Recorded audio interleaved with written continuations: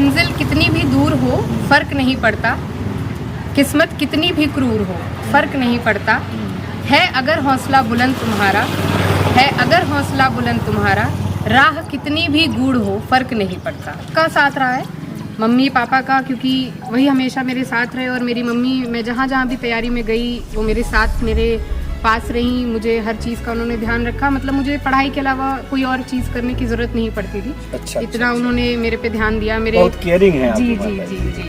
और मेरे पिताजी मेरे बाकी चीज़ों के साथ साथ तो मेरी पढ़ाई में भी बहुत सहयोग करते थे मेरा। सबसे पहले तो अपने गुरु जो राहुल IAS, मैंने आपको नाम लिया, राहुल सर का ही नाम लेना चाहूँगी, क्योंकि अगर मैं कहूँ आपको तो लॉ में जो हमारा कॉन्सेप्ट इतनी बारीकी से बना है वो सिर्फ उन्हीं की देन है। बाबा जितने मेहनती रहे, मतलब पापा ये कहते थे अगर तुम लोग को मेहनत सीखनी है तो उनको देखो। वो वहाँ पे जब कलकत्ता में बाबा का भट्टा था, वो वहाँ पे भी पूरी मेहनत से काम करते थे। इनफैक्ट यहाँ पे भी जब आए तो मतलब हम कभी बाबा को ऐसे ये नहीं कि कहीं बैठे हैं, वो हमेशा किसी न किसी काम में लगे रहेंगे। तो वो चीज़ हमें बहुत इंस्पायर करती थी कि इस एज में भी वो इतना कर रहे हैं तो हम तो अभी कुछ नहीं उनके सामने, तो हमें तो करना ही चाहिए। मतलब हमारी तो बैठे बैठे बस पढ़ने वाली एक मेहनत है, उनका तो वो फिजिकल वर्क है। जी जी जी बिल्कुल बिल्कुल बिल्कुल। तो वो तो इतना फिजिकल वर्क आज के एज में कर रहे हैं, हम तो मेंटल वर्क ही हमें करना है, तो उतना तो बनता है हमारा।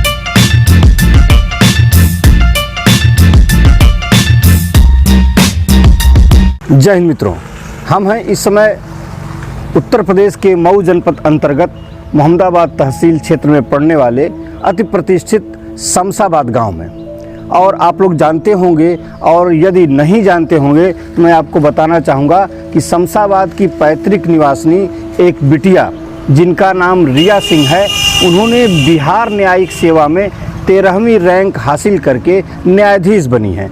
कल उनका अपने गृहनगर गांव में प्रथम आगमन हुआ और करहा बाजार से लेके उनके गांव तक भव्य उनका स्वागत किया गया, अभिनंदन किया गया। और उन्हीं के बाबा जी जो प्रबंधक हैं JK मेमोरियल पब्लिक स्कूल दरौरा, वहाँ के भव्य प्रांगण में उनका भव्य नागरिक अभिनंदन समारोह आयोजित किया गया। दोस्तों आज हम उनके साथ हैं, ये हैं रिया सिंह। बहुत बहुत स्वागत है हमारे YouTube चैनल अजीतांजलि में। Thank you thank you.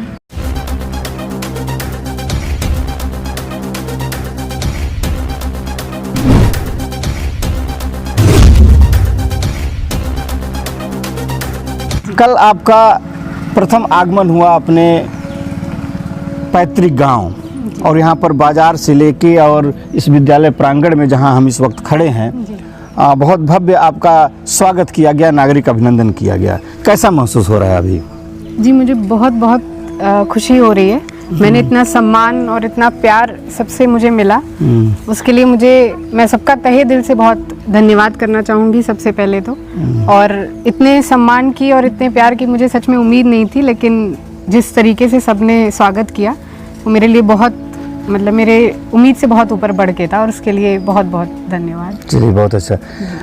आप ज़्यादा गांव में नहीं रही हैं जी जी, और ग्रामीण परिवेश में संभवतः आपकी पढ़ाई लिखाई भी नहीं हुई है, तो यहाँ गांव में उस समय आना जब आप सफल हुई जी, तो क्या लगता है आपको कि गांव में रही होती तो यह सफलता आपको अचीव होती या नहीं होती, या गांव के लोगों का एक बिटिया के प्रति या सफल बिटिया के प्रति क्या प्यार है वह देख कर कैसा लगा? गांव में मैं इसलिए भी नहीं रह पाई क्योंकि मेरे पिताजी, क्योंकि वो एक सरकारी अफसर हैं, तो उन्हें बार बार ट्रांसफर उनके होते रहते थे। बिल्कुल। तो हम यहाँ पे मतलब बहुत नहीं रह सकते थे, बट हमें जब भी मौका मिलता था, पापा को छुट्टी मिलती थी तो हम यहाँ पे आते थे। लेकिन हाँ, मेरी भी कुछ पढ़ाई के चक्कर में और तैयारी के चक्कर में मैं काफ़ी सालों से आने आ पाई थी, और जब आई और इतना सबका प्यार मिला तो मुझे बहुत बहुत खुशी हुई उस चीज़ की। तो जी, फैमिली बैकग्राउंड के बारे में जरा सा बताएंगी, आपके परिवार में कौन कौन से हैं और किस प्रकार आपकी पढ़ाई में या सफलता में उनका योगदान रहा? जी, सबसे पहले तो मेरे आदरणीय बाबा जी हैं जो JK मेमोरियल पब्लिक स्कूल के मैनेजर हैं। मेरे पिताजी हैं जो कि अभी डिप्टी डायरेक्टर हैं एग्रीकल्चर डिपार्टमेंट में, रायबरेली में अभी वो पोस्टेड हैं। अच्छा अच्छा। जी जी। और मेरी माता जी गृहिणी हैं, और मेरा एक बड़े भैया हैं, वो भी तैयारी अभी कर रहे हैं। किस चीज़ की तैयारी कर रहे वो हैं? सिविल सर्विसेज की क्या नाम है तैयारी कर रहे हैं। उनका? अंशुमन सिंह नाम है उनका। तो कहाँ से उनकी तैयारी चल रही है? अभी वो लखनऊ ही रह के कर रहे हैं। अच्छा, जी जी। तो यही है, और सबसे बड़ा श्रेय मैं वही कहूँगी, सबका साथ रहा है, मम्मी पापा का, क्योंकि वही हमेशा मेरे साथ रहे। और मेरी मम्मी, मैं जहाँ जहाँ भी तैयारी में गई वो मेरे साथ, मेरे पास रही, मुझे हर चीज़ का उन्होंने ध्यान रखा। मतलब मुझे पढ़ाई के अलावा कोई और चीज़ करने की ज़रूरत नहीं पड़ती थी। अच्छा, इतना उन्होंने मेरे पे ध्यान दिया। मेरे बहुत केयरिंग है आपकी जी माताजी। जी जी। और मेरे पिताजी मेरे बाकी चीज़ों के साथ साथ तो मेरी पढ़ाई में भी बहुत सहयोग करते थे मेरा, कि जब भी एक तो मोटिवेशन हमेशा बढ़ाते रहना, और कोई भी चीज़ में अगर मुझे दिक्कत आती थी, अगर वो जनरल साइंस या जनरल स्टडीज़ से रिलेटेड चीज़ें होती थी, तो वो उसको भी उसमें भी हेल्प करते थे मेरी, समझा कर बता कर। तो ऐसे, और बाकी सबका आशीर्वाद और स्नेह तो हमेशा रहा ही है। एकेडमिक आपकी पढ़ाई क्या है, क्या क्या आपने किया कि आप इस फील्ड में आई अभी? मैंने अपने 12th के बाद BBA LLB का कोर्स किया, जो कि एक 5 years इंटीग्रेटेड कोर्स होता है। BBA LLB? BBA LLB। अच्छा, BBA LLB। इसमें 2 डिग्री मिलती है हमें, एक BBA की भी मिलती है और LLB अच्छा, लॉ की भी। combined जी है जी जी, 5 years का मतलब इंटीग्रेटेड होता है। उसमें BBA और LLB दोनों कंप्लीट हो जाता है। जी, ये बात। एक साथ 2 डिग्री मिल जाती है हमें। हाँ। वो मैंने बनस्थली विद्यापीठ जयपुर राजस्थान से की। हाँ। और वहाँ पे जब मैं गई, तो क्योंकि अब लॉ जब मैंने पढ़ना शुरू किया तो मुझे काफ़ी इंटरेस्ट डेवलप हुआ। और अपने आखिरी सालों में आते आते, 4th 5th ईयर में आते आते मुझे लगा कि मुझे न्यायिक सेवा की ओर बढ़ना चाहिए। तो मैंने तब से ही अपने लास्ट ईयर से धीरे धीरे इस फील्ड में आना शुरू किया। और जब 2018 में मेरा ग्रेजुएशन कंप्लीट हुआ, उसके बाद फिर मैं वही दिल्ली गई, मैंने वहाँ से कोचिंग की। राहुल IAS से मैंने कोचिंग ली थी, वहाँ मैंने तैयारी करके फिर मैं पूरी तरीके से इस प्रिपरेशन में आ गई। राहुल IAS में कोचिंग की आपने? जी, मुखर्जी नगर जी, में। जी। मैं वहाँ पर गया था। जी जी जी। दशहरे का वक्त था जी। और वहाँ सामने मुखर्जी नगर राहुल IAS के सामने रामलीला ग्राउंड है, जी, वहाँ पर रावण जलाया जा रहा था। जी। वो मुझे बहुत ही स्मरण है इस समय। जी जी जी। तो आपकी रुचि थी न्यायिक सेवा में जाने की, या कहीं से मोटिवेशन ऐसा हुआ, आपकी रुचि कुछ विशेष कुछ दूसरी थी कि आप न्यायिक सेवा में आए? नहीं, मैं ये कहूँगी मेरी रुचि भी यही थी। अच्छा, मेरी अच्छा, रुचि भी थी प्लस मोटिवेशन, क्योंकि मैंने अपने पिताजी को हमेशा से बचपन से देखा है एक सरकारी नौकरी में। तो बिल्कुल, उनको जो सम्मान और जो भी उनका जीने का तरीका जो मैंने देखा, वो मुझे बहुत इंस्पायर करता था बचपन से, कि हमें मतलब ऐसे ही हम उसमें जाएं, लोगों के लिए हम कुछ कर पाएं, क्योंकि इसी सरकारी माध्यम से जुड़ के हम लोगों के लिए अक्सर में कुछ कर सकते हैं। तो इसलिए मैंने फिर रुचि के साथ साथ अपना मोटिवेशन भी इसी को बनाया, और इसलिए फिर मैं इस तैयारी। एकेडमिक पढ़ाई के बाद कितने समय आपने ये इसकी तैयारी के लिए दिया, और कितने समय में आपको सफलता मिल गई? आपकी उम्र क्या है इस समय? इस समय मेरी उम्र 26 साल है। हाँ। और मुझे 2018 में मैंने पास आउट किया था, और अभी वही 2022 में रिजल्ट बाहर है, तो अब जाके इसका मतलब 4 साल, जी, जी, 3-4 साल जी, जी। के ही परिश्रम में आपको ऐसी जी, सफलता जी। संभवतः मिलती नहीं है। जी जी। इतनी जल्दी सफलता मिलती नहीं है। और आपने कई राज्यों की परीक्षाएं दी हैं। जी, जी। उसके बारे में क्या एक्सपीरियंस है, उसके क्वेश्चन पेपर के बारे में क्या एक्सपीरियंस है? जी, पहली बात तो मुझे इसलिए कई राज्यों में देनी पड़ी, क्योंकि हमारा जो उत्तर प्रदेश की न्यायिक सेवा है वो 2018 के बाद वैकेंसी नहीं आई, और मैं उस परीक्षा में साक्षात्कार स्तर तक गई। बट अब मुझे यही लगा कि जब यहाँ वैकेंसी नहीं आ रही है, तो मैं और भी स्टेट्स के लिए फिर मैं आगे बढ़ने लगी। तो थोड़ा ये था कि 20-30% तो सिलेबस ऑलमोस्ट सेम होता था, लेकिन काफ़ी कुछ अलग भी चीज़ें होती थी। जैसे कहीं पे जजमेंट राइटिंग का पेपर आ जाता है, कहीं जनरल साइंस को ज़्यादा महत्व दे दिया जाता है। मतलब ये मैं आपको लॉ के अलावा बता रही हूँ कि लॉ तो हर जगह कॉमन रहता है, लेकिन कुछ चीज़ें हैं जो अलग से बच्चों को फिर उसमें मेहनत करनी पड़ती है, तो उसके लिए फिर थोड़ा सा ध्यान देना पड़ता है। जी जी। तो जहाँ जहाँ आपने तैयारी की है, हो सकता है बहुत सारे कोचिंग संस्थानों में गई हों, जी, बहुत सारे गुरुओं का आशीर्वाद और उनकी पढ़ाई से लाभान्वित हुई हों, या बहुत सारे ऐसे समाज में लोग होते हैं, परिवार में लोग होते हैं, अपनी सोसाइटी में लोग होते हैं, जिनसे इंस्पिरेशन मिलता है, कुछ सीखने को मिलता है। तो ऐसे कुछ लोगों का नाम लेना चाहेंगे? हाँ, मैं सबसे पहले तो अपने गुरु जो राहुल IAS, मैंने आपको नाम लिया, हाँ, राहुल हाँ, सर का ही नाम लेना चाहूँगी, क्योंकि अगर मैं कहूँ आपको तो लॉ में जो हमारा कॉन्सेप्ट इतनी बारीकी से बना है, वो सिर्फ उन्हीं की देन है, उनकी पढ़ाई की ही देन है, उनका समझाने का तरीका। और दूसरा जो आपने कहा किसी को देखकर, तो हम जहाँ पे लखनऊ में रहते हैं, तो हमारे जस्ट सामने एक रिटायर्ड ADJ रहते हैं। तो उनको देख के भी मैं मतलब उनके जैसा डाउन टू अर्थ इंसान मैंने कभी नहीं देखा था। वो बहुत ही सज्जन, और वो हमेशा मुझे मोटिवेट करते रहते थे कि तुम इस फील्ड में ज़रूर जाना और अच्छे से करना। तो उनको भी देख के मैं बहुत ज़्यादा इंस्पायर होती थी, मोटिवेट होती थी, और मुझे यही लगता था कि मैं कल को मैं भी इन्हीं की तरह अपना निकाल के और मैं इनकी तरह बन सकूं। जी जी, तो उनसे भी। जहाँ तक मैं आपके फैमिली बैकग्राउंड के बारे में जानता हूँ, आपको तो बचपन से ही पीसीएस पिताजी मिल गए जी, लेकिन पहले ऐसा नहीं रहा। जी जी, आपके बाबा जी जो हैं जी बाबू इंद्रदेव सिंह जी, जी, बहुत सामान्य सा किसान परिवार आपको मिला, लेकिन बहुत ही पुरुषार्थ करके और परिवार को यहाँ तक ले जाना, सबको स्थापित करना, आपके पिताजी के इतने बड़े अधिकारी बनने में भूमिका अदा करना, तो आपके पिताजी को बैकग्राउंड नहीं मिला था जो आपको मिला। जी जी जी, तो सब आपके दादाजी का पुरुषार्थ है। जी बिल्कुल, जाहिर सी बात है आपको अच्छा बैकग्राउंड मिला, बिल्कुल, लेकिन उन्हें नहीं मिला था। जी जी जी। तो कैसा महसूस कर रही है अपने दादाजी के व्यक्तित्व के बारे में, और कैसा लगाव है आपका उनके साथ? मैं आपको वही बात कहना चाहूँगी, हम लोग जब भी पापा से पूछते थे कि पापा आपके समय में क्या था, कैसे था चीज़ें, तो पापा हमेशा हमें यही बताते थे कि मतलब बाबा जितने मेहनती रहे, मतलब पापा ये कहते थे अगर तुम लोग को मेहनत सीखनी है तो उनको देखो। वो वहाँ पे जब कलकत्ता में बाबा का भट्टा था, वो वहाँ पे भी पूरी मेहनत से काम करते थे। इनफैक्ट यहाँ पे भी जब आए तो मतलब हम कभी बाबा को ऐसे ये नहीं कि कहीं बैठे हैं, वो हमेशा किसी न किसी काम में लगे रहेंगे। तो वो चीज़ हमें बहुत इंस्पायर करती थी कि इस एज में भी वो इतना कर रहे हैं तो हम तो अभी कुछ नहीं उनके सामने, तो हमें तो करना ही चाहिए। मतलब हमारी तो बैठे बैठे बस पढ़ने वाली एक मेहनत है, उनका तो वो फिजिकल 85-90 के बीच में आपकी अवस्था होगी। बिल्कुल, तो वो तो इतना फिजिकल वर्क आज के एज में कर रहे हैं, हम तो मेंटल वर्क ही हमें करना है, तो उतना तो बनता है हमारा। तो जी, और मैं अपने मतलब पिताजी से भी इसीलिए बहुत ज्यादा इंस्पायर होती हूँ कि इतनी कम रिसोर्सेज में भी उन्होंने इतनी लगन हमेशा रखा। बहुत सामान्य विद्यार्थी थे, जी जी, लेकिन जो उनके मित्र हैं, जो सहपाठी रहे हैं, उनकी सफलता देखकर बहुत आश्चर्यचकित हुए कि इस तरह का विद्यार्थी किस तरह की पढ़ाई किया, कैसी लगन रखा, जबकि बोलते भी कम थे, अभी भी बहुत कम बोलते हैं, मृदुभाषी हैं।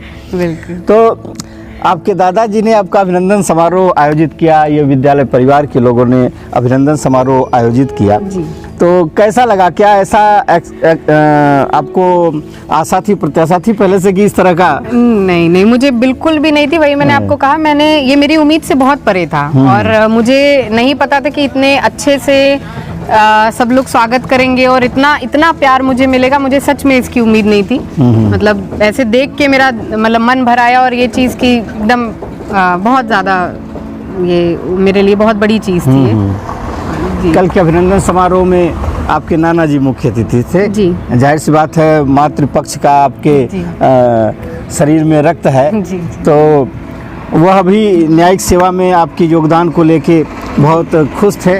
एक बुजुर्ग थे जय जय सिंह जी, हमारे क्षेत्र के संभवतः उस सभा में सबसे बुजुर्ग सदस्य थे। उनकी बड़ी भावुक अपील रही। बालेंद्र भूषण प्रताप सिंह याफे की गांव के निवासी हैं और दीवानी कचहरी में अधिवक्ता हैं। पंकज कुमार त्रिपाठी जो पीसीएसजे की कोचिंग करते हैं, पंकज विधि प्रवाह के माध्यम से। महाराज श्री जो थे यहाँ बुरादरी मठ के सम्मानित महंत श्री, उनके भी बहुत सारे शिष्य जो हैं वह न्यायाधीश हैं। तो प्रायः पूरा मंच और सामने बैठी विद्वत सभा ऐसे लोगों को अपने गांव क्षेत्र में देखकर, बाहर तो बहुत विद्वान मिल जाते हैं, बहुत सारे योग्य लोग मिल जाते हैं, कैसा महसूस हो? मुझे बहुत ज़्यादा प्राउड की फीलिंग आ रही थी कि मैं जिस स्तर पे आज खड़ी हूँ, जहाँ तक पहुँची हूँ, हर कोई वहाँ समझ रहा है मुझे, और उस फील्ड से जुड़े और भी लोग हैं जो उसकी हर एक बारीकी को जानते हैं कि आगे मुझे इन्होंने इतनी अच्छी सीख दी मुझे। जैसे आपने आदरणीय जय जय सिंह जी का नाम लिया, उन्होंने मुझे इतने अच्छे से समझाया कि मैं आगे इस चीज़ को बरकरार रखूं और बहुत ही एक निष्पक्ष तरीके से मैं अपनी चीज़ों को आगे कैरी करूंगी, कि मैं जब भी मुझे कोई जजमेंट देना हो या कुछ भी करना हो, मैं उसमें बहुत एक निष्पक्ष भाव से मैं काम करूं। तो मैं सबका आशीर्वाद और सबकी बातों को ध्यान में रखते हुए मैं अपना आगे सारा कार्य करूंगी। जी। सफलता और असफलता दो चीजें हैं। जी। सफलता मिली है तो आपको आज सभी लोग जान रहे हैं, आपका हम इंटरव्यू भी कर रहे हैं, बहुत सारे लोग अभिनंदन भी कर रहे हैं, लेकिन इन तैयारी के 4 वर्षों में असफलताएं भी मिली होंगी, उसका स्वाद और इसका स्वाद कैसा लग रहा है? मैं यही कहूंगी, जब वो एक सफलता का स्वाद एक बार मिल जाता है ना, तो भले ही आपको असफलता कितनी बार भी मिली वो चीजें भूल जाती जी हैं। स्मरण नहीं रहता फिर उन चीजों का, फिर इतनी लेकिन इतना बहुत सारे जी। तैयारी करने वाले प्रशिक्षु होंगे जी। जो आपका इंटरव्यू देख रहे होंगे या जी, देखेंगे, जी। तो उन्हें क्या इंस्पिरेशन मिलनी चाहिए जब आदमी असफल होता है तैयारी के क्षेत्र जी। में, तो उस समय क्या करना चाहिए, कैसे उससे पार पाना चाहिए? देखिए, मैं बस यही कहूंगी कि क्योंकि मैं अपने जीवन में कम से कम 7 से 8 बार मैं असफल हुई हूँ। 3 बार तो मैं अपने साक्षात्कार के स्तर से हुई हूँ। कई बार मैं प्रीलिम भी स्टार्टिंग में मैं एक आध बार प्रीलिम भी नहीं क्वालिफाई कर पा रही थी। तो मैं यही कहूँगी कि ये उस समय के लिए बहुत एक मतलब बहुत दुख की बात होती है। बहुत मन हमारा महसूसता है कि हम इतनी तैयारी कर रहे हैं, इतनी मेहनत कर रहे हैं, हमें फल क्यों नहीं मिल रहा है। लेकिन उस समय बस कैसे भी करके आपको हिम्मत बांध के रखना है। आप बस इतना सोचिए, जैसे मैंने अपने आप को ये कर रखा था कि मेरे पास और कोई ऑप्शन नहीं है, मैं यही करना चाहती हूँ और मैं ये करके रहूँगी। बस हम जब वो मन से ठान लेते हैं कि नहीं हमें बस यही करना है, तो फिर अपने आप ही वो एक अंदर से ना सेल्फ मोटिवेशन भी आ जाता है। क्योंकि बाहर का मोटिवेशन तो हमें मिलता ही मिलता रहता है, माँ बाप हैं, परिवार है, आसपास के लोग हैं, सब लोग आपको मोटिवेट कर रहे हैं। लेकिन जो आप सेल्फ मोटिवेशन खुद को दे पाते हैं ना, वो कोई नहीं दे सकता। तो वो मुझे लगता है कि आपको हमेशा अंदर से लाना चाहिए कि हमें यही करना है, और हम जितनी मेहनत करेंगे उतना ही आगे अच्छा फल मिलेगा। और जो मैं देख रही हूँ आज, ये सच में मैं जब वो असफलताएं देखती थी तो मुझे नहीं अंदाजा था कि मैं कल को ये भी सब दिन देखूंगी। बिल्कुल। बट आज यहाँ तक मौका दिया है ईश्वर ने, तो उस चीज़ का मैं बहुत शुक्रगुजार हूँ उस चीज़ की। प्रेरणा कौन है आपको, किसको देख के आप मोटिवेट होती रही? ऐसे तो अगर घर में तो मेरे पिताजी को मैं बोलती हूँ कि उनको हमेशा देख के मैं उनके व्यक्तित्व को, जो वो जिस तरीके से अपनी बातें बताते थे अपनी सरकारी कार्य की, तो हमें बहुत ही अच्छा मोटिवेशन मिलता था कि हम भी लोगों से जुड़ पाएं, उनकी मदद कर पाएं। तो एक वो, और बाकी तो वही सामने मैंने आपको बताया जज अंकल रहते थे। अच्छा, जी, तो जी, रहते हैं अभी भी, तो उनका भी काफ़ी मतलब उनको भी देख के एक लगता था कि क्योंकि वो एकदम मेरी फील्ड से जुड़े थे, तो उनको देख के एक अलग सी वो आती थी कि नहीं करना है कुछ अच्छा, हम भी करेंगे जी। और मेरे गुरु जो राहुल सर, जिन्होंने मुझे जी। आपकी पढ़ाई के अलावा ये न्यायिक सेवा में जो अभिरुचि रही, इसके अलावा क्या क्या हॉबीज हैं आपकी? मेरी, मैं बताऊं कि इतना मुझे समय नहीं मिल पाता था कि मैं अलग से कोई चीज़ बहुत हॉबी की तरह करूं। लेकिन मैं जो करती थी, चाहे मैं उस समय खाना बनाऊं, कभी कभी मैं कुछ पंक्तियां लिखती थी, तो वो मैं बहुत खुशी से मन से करती थी। और नहीं है तो बहुत ज़्यादा कुछ नहीं तो अपने मम्मी पापा के साथ बैठ के उनसे बातें कर लेना, अपना मन बहलाने के लिए, जब मैं पढ़ाई से हटती थी। वरना तो वही है कि मैं अलग से कोई चीज़ बहुत परसू नहीं कर पा रही थी कि मैं कोई और हॉबी बनाऊं। लेकिन हाँ, यही था कि मैं अपना कुछ लिख के मन बहला लेती थी, या मम्मी पापा से बात करके कुछ देश दुनिया में क्या चल रहा है उस पर अच्छा, एक अवसर है, अगर आप कुछ लिखती हैं तो कम से कम 2 लाइनें कहीं कोई प्रिय हो तो आप एक बार सुना दें हमारे दर्शकों को। जी, कल भी मैंने जो बोला था वो मेरी ही लिखी हुई थी कि मंजिल कितनी भी दूर हो फर्क नहीं पड़ता, किस्मत कितनी भी क्रूर हो फर्क नहीं पड़ता, है अगर हौसला बुलंद तुम्हारा, है अगर हौसला बुलंद तुम्हारा, राह कितनी भी गूढ़ हो फर्क नहीं पड़ता। बहुत बहुत बहुत अच्छा, बहुत अच्छा, बहुत अच्छा। कैमरामैन सामने है, बच्चा है जी, आनंद राज हैं, आदित्य सिंह मुंटी हैं, ये लोग भी एसएससी की तैयारी करते हैं। जी। और इनके माध्यम से और भी बहुत सारे प्रतियोगिता परीक्षाओं की तैयारी करने वाले लोग आपका इंटरव्यू देखेंगे। क्या संदेश देना चाहती हैं एक सफल न्यायाधीश के रूप में, और जो प्रतियोगी परीक्षाओं की तैयारी का आपका अनुभव रहा है उसको लेकर, कि किस प्रकार तैयारी की जाए कि बहुत सारे जो तैयारी करने वाले अरमान पाले हुए विद्यार्थी हैं वह अपनी मंजिल को अचीव कर सकें? जी जी, मैं यही कहूँगी कि जो 3 सबसे बड़ी चीज़ें हैं कि सबसे पहले तो आप धैर्य रखिए। आपको सफलता ज़रूर मिलेगी, आप बस धैर्य रखिए, निरंतरता बनाए रखिए। अगर आप आज के समय में असफल हो भी रहे हैं तो भी आप निरंतरता बनाए रखिए, और कंटिन्यूटी उसमें बनी रहे। जी, और आत्मविश्वास रखिए। आपको अपने ऊपर सबसे ज़्यादा विश्वास होना चाहिए कि नहीं, मैं कर सकता हूँ, और आप बिल्कुल करके दिखाएंगे। हमें सबसे ज़्यादा मतलब और चीज़ों पे तो विश्वास हो ही हो, हमें खुद पे सबसे ज़्यादा फेथ होना ज़रूरी है। तो ये 3 चीज़ें मैं कहूँगी कि हमेशा इंसान को ध्यान रखनी चाहिए, जो भी विद्यार्थी, जो भी लोग एस्पिरेंट्स हैं, जो भी इस तैयारी में हैं। और आप बस मेहनत से लगे रहिए, मिलेंगी, मतलब सफलता मिलती ही मिलती है। अगर आप बिल्कुल मन से और एकदम ऑनेस्ट होके आप लगे हैं अपने कार्य के लिए, तो बिल्कुल सफलता मिलती है। बहुत अच्छा लगा रिया जी। ये रही न्यायाधीश पद पर नियुक्त रिया सिंह, पुत्री हरिनारायण सिंह, उप कृषि निदेशक रायबरेली, पौत्री बाबू इंद्रदेव सिंह जी, प्रबंधक जेके मेमोरियल पब्लिक स्कूल दरौरा मऊ। बहुत बहुत अच्छा लगा, बहुत बहुत आपका धन्यवाद, बहुत बहुत आभार आपका, बहुत बहुत स्वागत है। और बहुत संदेश जाएगा विद्यार्थियों के लिए और इस क्षेत्र की जनता के लिए। बहुत बहुत धन्यवाद आपका, बहुत बहुत